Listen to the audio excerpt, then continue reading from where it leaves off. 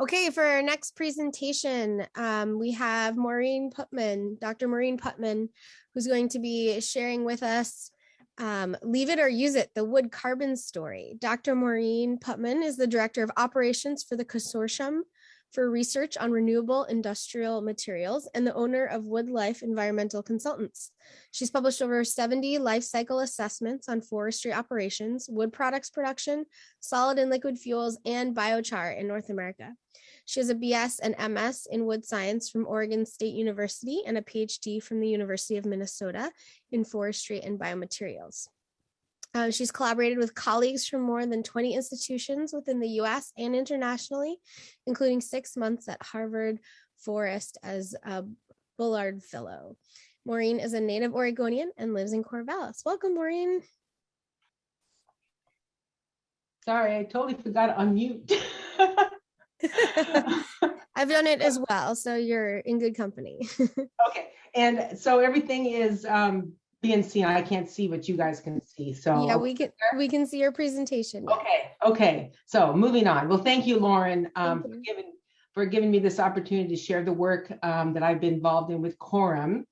My talk today is a little bit different from what you've just heard. So I hope you're all very hungry now for a lot of carbon.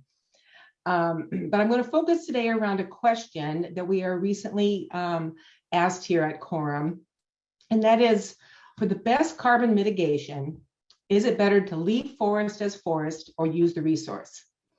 So I'm going to address this question in two ways. The first is, what are the consequences in terms of carbon impacts if we don't use our timberlands or working forest for wood products?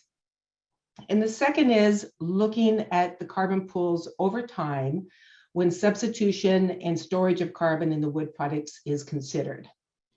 And the results today I will show have evolved over the past 22 years performing life cycle assessments on forest products throughout their entire value chain.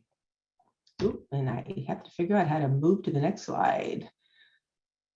All right, Maureen, come on, you got this. For those who might not be familiar with CORRIM, CORRIM stands for the Consortium for Research on Renewable Industrial Materials. We are a 501c3 nonprofit that was established in 1998. Currently, CORRIM is represented by 24 board members from 20 institutions or associations in North America. So for over 2 decades, we have published over 60 third-party reviewed LCA reports on forestry operations, wood products, and biofuels, as well as equal quantities of peer-reviewed papers. Therefore, we like to call ourselves the go-to place for wood LCA. So if after this presentation, you want a plethora of information on life cycle assessments, please visit our website because that's where it all sits. So when Lauren contacted CORRIM regarding this presentation today, she pitched the idea to my colleague, Elaine O'Neill. And this was very logical coming from the Society of American Foresters. Since Elaine and I tag team, she usually deals with the forest end, and I take over once they're horizontal. But in this case, the topic, seeing the forest beyond the trees, was pitched to me. But I still find myself a little bit out of my element as I am not a forester, as most of you listening to this presentation. My husband tells people I have 3 degrees in sawmill science, and I would like to believe that I'm a little bit more than that. So to define who I was professionally to you guys, I made a word cloud using my CV. And if you're not familiar with word clouds, the size of the word represents how many times the word is used. I was very surprised to see forest as the most used word in my CV. So maybe secretly I want to be a forester. But also there is wood, environmental, carbon, life cycle assessment, and products. And that is what I am here to talk about today. I do like forest. I like hiking in them, camping, birding. In fact, I think I probably visit a forest every single day. And according to the US Forest Service, the United States has about 750 million acres of forest. Now, I don't know what an acre looks like in my head. So I did a little bit of math, and to visualize that, it's 12 Oregons totally forested. Now that I can get. So the debate over what we should be doing with forest lands is very divided. And if I speak only for our national timberlands, these represent about 26% of the US forested area. So a quarter of the forested area is national forest. One side of this debate of what to do with these lands promotes cutting some of these trees down and letting the remaining ones grow strong back into a resilient forest that can be resilient against wildfire, disease, and insect attack. While the other side of the debate still wants to see forests be left alone. I'm not going to get down to the weeds of these conversations, but it was important to bring what happens in the forest to the table, to the front of this conversation today, and how that can impact what can happen downstream. And I think we all know that the best management approach cannot be applied to every forest system, and this will vary depending upon forest to forest. We all believe that old growth forest and young forests play important roles in tackling climate change, and over-harvesting is not good. But leaving our forest alone has unintended consequences, and it discourages timber production and forces the building industry to use high fossil intensive materials. So to make sure you all understand what is behind the life cycle assessment data, life cycle assessments are set within a system boundary. These can be cradle to grave, gate to gate, etc. And within that set system boundary, there are inputs and outputs throughout the production and transportation stages. The production and use of each of these inputs creates an output in the form of an emission or a waste, both upstream and downstream. To explain the upstream impacts, such as what would come from forest management to produce a wood product, I like to use electric cars, especially those claiming to be emission-free. This vehicle, as it moves around, does not create emissions. This is true. And when it parks itself at the end of the day and plugs itself into an outlet, it also does not release any emissions. But I did not do well in physics. That was my worst topic. But I did learn that it takes the same amount of energy to move that electric vehicle as it does a gas vehicle, assuming they have an equal mass. And the energy needs to come from somewhere. So upstream, where electricity is produced, is where there are emissions. So I will leave it up to you to decide if that little vehicle toting around is an emission-free vehicle. And this concept is the same for wood products. It takes inputs to plant, grow, and harvest a forest, to move the logs to the mill, to process the product, to move the product to use, and construct a house. Every stage has an impact. So furthermore, when we do get to the end game, let's say a building, with life cycle assessment data, we can look at the benefits of substitution. What is the benefit of using wood versus an alternative? We can also quantify displacement factors. And the displacement factor is the emissions that are avoided by using wood and not an alternative material such as steel or concrete. A little bit more on LCA 101. LCAs have thousands of emissions reported in what is called a life cycle inventory. These emissions are classified into impact categories, which you might be familiar with some of these: global warming potential, acidification, smog. These are just a few. But today I'm going to focus on carbon emissions. Carbon emissions are generally captured in the global warming potential, and they're captured as carbon dioxide equivalents.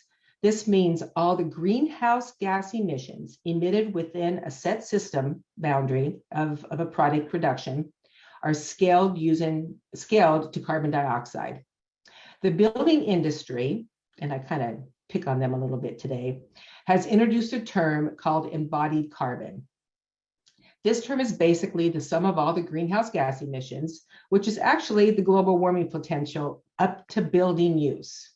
So they have created a term, which I think a lot of you could be familiar with now, that classifies the total carbon emissions up within a set system boundary. Embodied carbon, though, does not include the carbon stored in the product or the removal of carbon stocks from the landscape. And to confuse you further, it does not include biogenic carbon dioxide emissions. These are the carbon emissions emitted from burning biomass during wood production. Okay, my last slide on LCA 101. I've mentioned system boundaries several times. And again, the building sector, as well as the building standards, have developed life cycle assessment modules representing various life cycle stages of the product.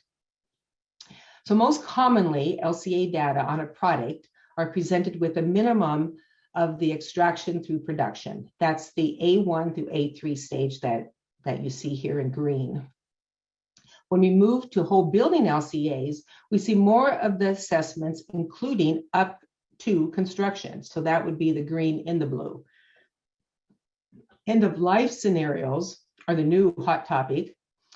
And we are touching on that both from a product standpoint and a whole building level. But there's a lot of assumptions that go into the end of life stage. All right, that's my last of LCA 101. So my first data slide is on substitution. The message: substitution provides permanent leverage for mitigating climate change. This slide shows the relative embodied carbon, this is the carbon emissions, for functional equivalent products across a range of non-structural wood uses. On the y-axis, we have the groupings of the non-structural products. We have decking, cladding and siding, pallets, and interior doors and window frames. The non-wood product carbon is scaled to 100%. So in the case of decking, the recycled wood plastic composite is scaled to 100%. Its embodied carbon emissions is scaled to 100%. And the wood product embodied carbon is in relationship to that non-wood material. So depending upon the product, we can reduce the embodied carbon, these are carbon emissions, of several commonly used non-structural products by 23 to 98%, just by choosing the wood product.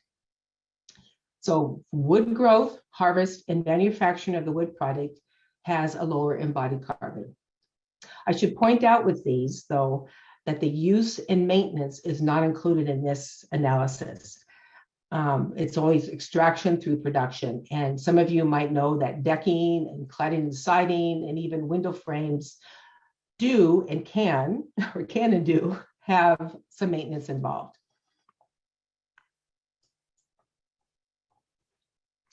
Where the previous slide showed non-structural products, this slide is for structural materials and shows the quantitative, and I use that word quantitative, it's a calculated number from the life cycle assessments, displacement factors. So structural materials tend to have a lower substitution value than non-structural, but they make up a greater mass of the building. So over a life cycle and a full carbon impact into the atmosphere, they have a greater impact. So displacement, in this case, can be explained by quantifying the emissions not emitted. These are the emissions not emitted by using the wood product over an alternative. We also consider in our displacement factor the amount of carbon stored in the wood product. So using the very top example of wall components, we have a wood stud with a net carbon of 17. This is the carbon stored minus the carbon emissions from manufacturing the product. The steel stud has a negative storage because it only has the embodied carbon. It only has emissions. It can't store any carbon. So the displacement is the difference. So in the case of the wall components, using a wood stud versus a steel stud, 35 kilograms of carbon dioxide is not emitted into the atmosphere because we used a wood stud instead of the steel stud. We see the similar relationship, although much larger displacement in the flooring components for wood joists versus a steel stud, and even the largest displacement for from using wood framing versus concrete block in an entire wall assembly. This large displacement down in the wall assembly was driven by seismic code for the Pacific Northwest for the use of mortar in the concrete. So the mortar has a very, very high impact for use in concrete block. I mentioned earlier about unintended consequences for not using forest for wood production. This slide, I think, really emphasizes that consequence. Well, now we have entered into a new era where building codes allow wood to be used in mid and high-rise buildings using mass timber. And I think most of you by now know what cross-laminated timber is. A little history on it. It was invented in the 1990s in Europe and remained very quiet for a while, but then it ignited the global mass timber movement around 10 years ago. So how do you sum up, or how do I sum up building with mass timber? You build with a ton of wood. How much wood, you ask? This much wood, approximately 4 times per square meter of a wall than light frame construction. So the y-axis here is just basically the mass of wood fiber in 3 different wall assemblies: a steel stud with plywood, a wood stud with plywood, and CLT. And you can see that it's quite dramatic in that same square meter of wall assembly, how much more wood is used in a CLT wall versus your standard light frame construction of wood stud and plywood. That 4 times more wood needs to be dried. Most of the carbon emissions are driven by energy use. I didn't explain at the beginning, but that's really where they're coming from. And these are coming both from fossil fuels and from burning biomass. In a study in an LCA study produced in CLT in Oregon, 64% of the energy came from the lumber production, 32% from manufacturing the actual CLT panels, and the resin production that occurs upstream. 4% of the impact came from forestry operations. I showed that there is a ton of wood in a massive timber wall, but on the other hand, that wall does store a lot of carbon, and it does offset the emissions for production. In this figure, we have the embodied carbon on the y-axis and the 4 different wall assemblies on the x. The dark orange is the biogenic carbon released from burning biomass for energy, and this is primarily due during wood production, softwood wood production, and for drying that lumber and pressing that plywood. We have that in all the designs that contain wood. So you have biogenic carbon released from burning biomass during wood production in all wood products. Remember I said that biogenic CO2 emissions are not included in the embodied carbon value. That's the bright orange bar is the embodied carbon. The takeaway, even when we include, and being fully transparent about carbon emissions, when we include the biogenic carbon emissions, both wood assemblies have lower carbon emissions than the concrete. That said, here's my pitch on mass timber. We should be using mass timber where we could not build before. It's kind of a Star Trek thing, I think. So what do I mean really by that? If building code allows for the use of light frame wood construction, we should not be using mass timber. And I'm basing this solely on LCA results and the sustainable use of a wood resource. But there's always a bright side to mass timber. When we do take wood construction higher than light frame code allows, we can lower the embodied carbon in buildings up to 50% over equivalent construction with concrete. And that is a good carbon story.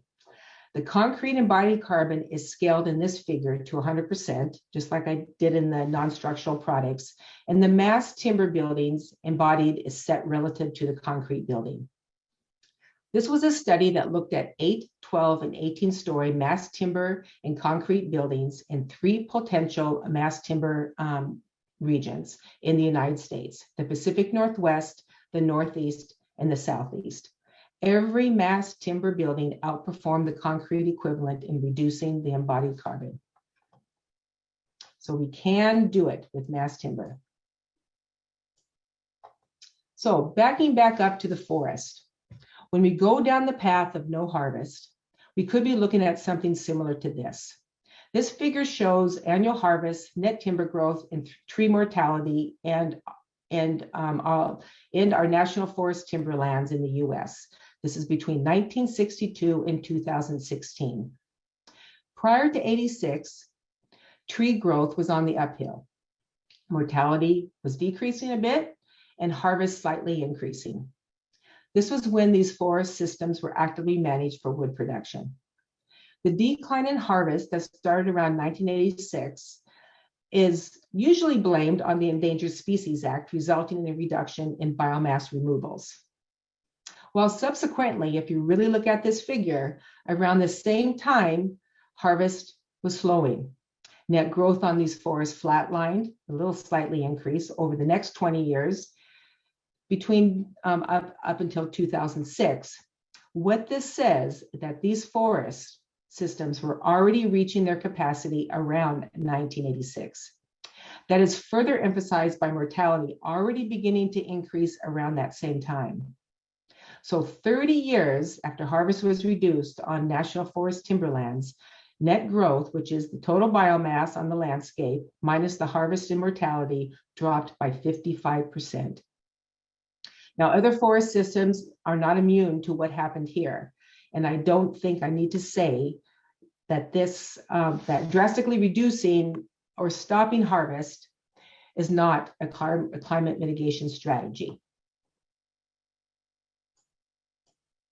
So what happens in the carbon story on sustainable managed landscapes? This is a figure that's extrapolated from a paper by Lipke et al. In 2020, the Plant a Million Trees campaign to reduce global warming, fleshing out the concept. This paper can be available on the CORRIM website. So in this figure, we use a conservative carbon capacity of the forest system at around 250 tons of carbon per hectare, displayed here in the brown line. When trees are harvested, about half the carbon in a single tree remains in the forest tops, branches, and stumps. I'm not talking about the root systems here. This is just the above ground carbon. This is the solid green bars. In the forest, this green bar goes to zero at each harvest, but increases during each rotation. So these following slides will show you the various carbon pools over six 45-year rotations starting in the year 2000.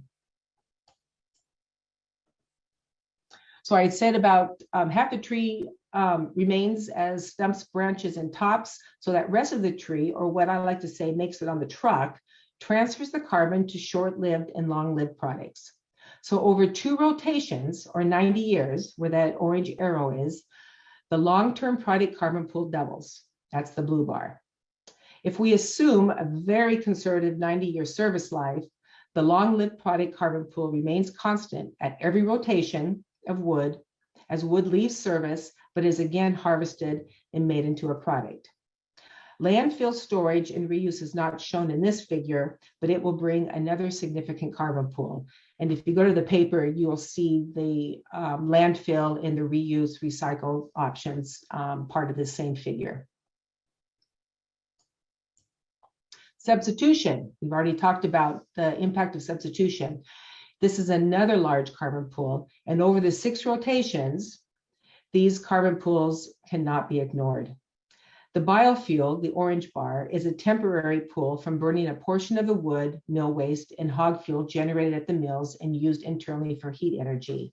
In the latest surveys and LCA studies on Pacific Northwest sawmills, about 20% of the wood waste generated from the round wood log coming in stays internally and is used for heat energy. So, and so we classify here the orange bar as substitution of using the biofuels instead of a fossil fuel, and using the wood studs instead of the steel studs. That's the light green bar. The carbon emissions from steel studs cannot be recovered. That's why it increases over the rotations. Therefore, these avoided emissions continue to grow at each subsequent rotation. The avoided emissions increases the carbon pool, by 45% compared to the carbon stored in the product alone. The gray bar at the bottom, again pointed out with the orange arrow, is the embodied carbon of the wood product. And this carbon is removed from the pool as emissions from the fossil fuels used in harvesting, transportation, and manufacturing. But this total embodied carbon is offset by the biofuels used in manufacturing alone.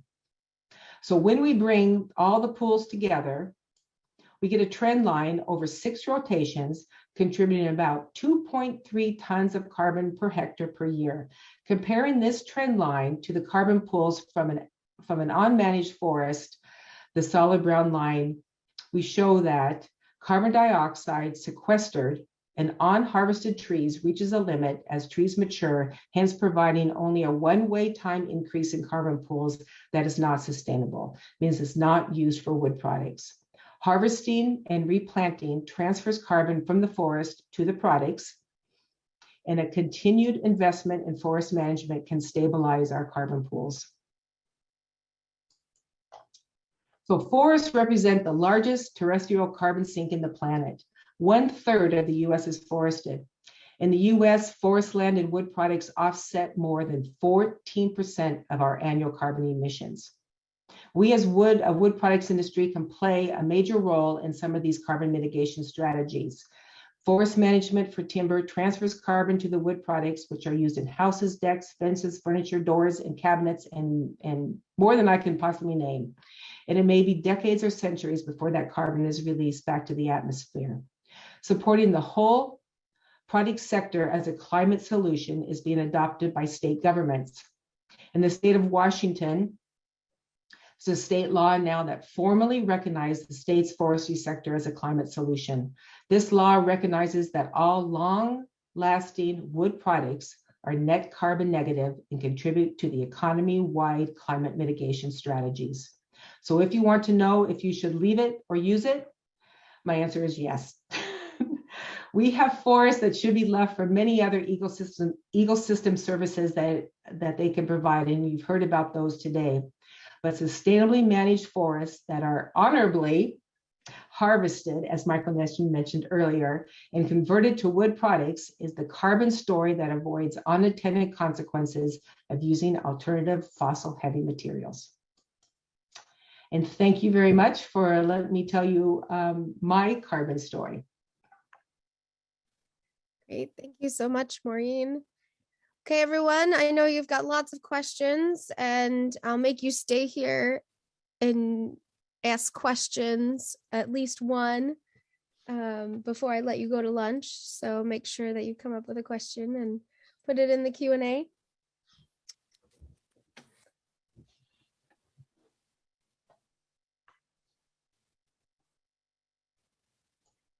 Everybody's hungry.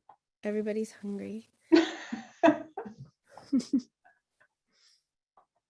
I'll just give people some time to type. Let people know that we are going to take a break after this for lunch. But don't leave yet. We have to announce the raffle winner. So let's get a question in the Q&A before we can announce the raffle winner. Just one, anybody. All right, here we go. Will your slides be available? Well, the presentations will be recorded and sent out to people who've been registered, so you'll be able to rewatch the presentation. And if you email me, I'll be happy to share them. Okay, here's another question. How do we get the industry to change to wood? Are we talking the building sector? I think so. Okay, so I think it's coming. I think the mass timber movement is very quick. Think about how many years we've had buildings behind us in concrete and steel, but it's coming. The architects and builders and organizations like Woodworks and the Forest Products Lab are putting out the codes and the outreach to in the workshops to architects and builders so they have a little bit more faith in wood. but they're getting a lot of backlash from the sustainable use of the forest because, like I said, it uses a lot of wood. So they need to have the confidence that we're not cutting everything down to make mass timber and to build buildings.